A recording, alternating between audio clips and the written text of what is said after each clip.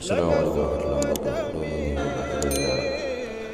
di sàkku ci yow bu dee gën a ji seen bi dafa mën naa TV nga abonné te ko si cloche de notification ngir bépp vidéo boo xam ne wala ñu rawal bokk ci njëkk a jot te di ko yaatal baax a baax jaa ngeen jëf.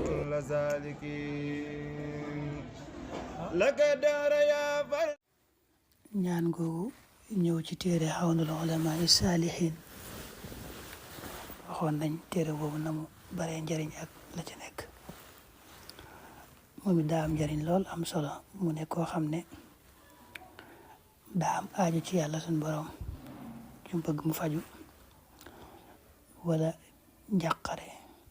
wala musiba wala tiis wàcc ci moom dal ci kawam te mu bëgg rek yàlla saafaral ko lépp wala moom aaju ju bëgg yàlla fajal ko daal na bàyyi ba ca biir guddi ga ba guddi gi sori rek mu jóg jàpp julli ñaari rakka jàng la man ci alxuraan rakka ya saaru ko ci neex rek lu ko neex ci alxuraan rek ginnaaw Faatiha moom la cay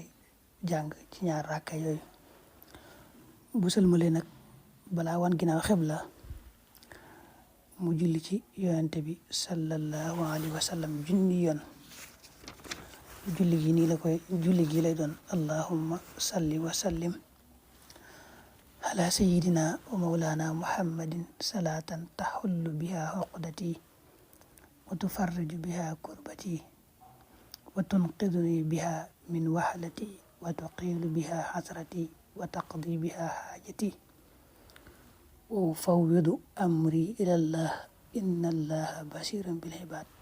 loolu daal di ne saa yoo ko defee noonu rek bu dee njàqare wala tiis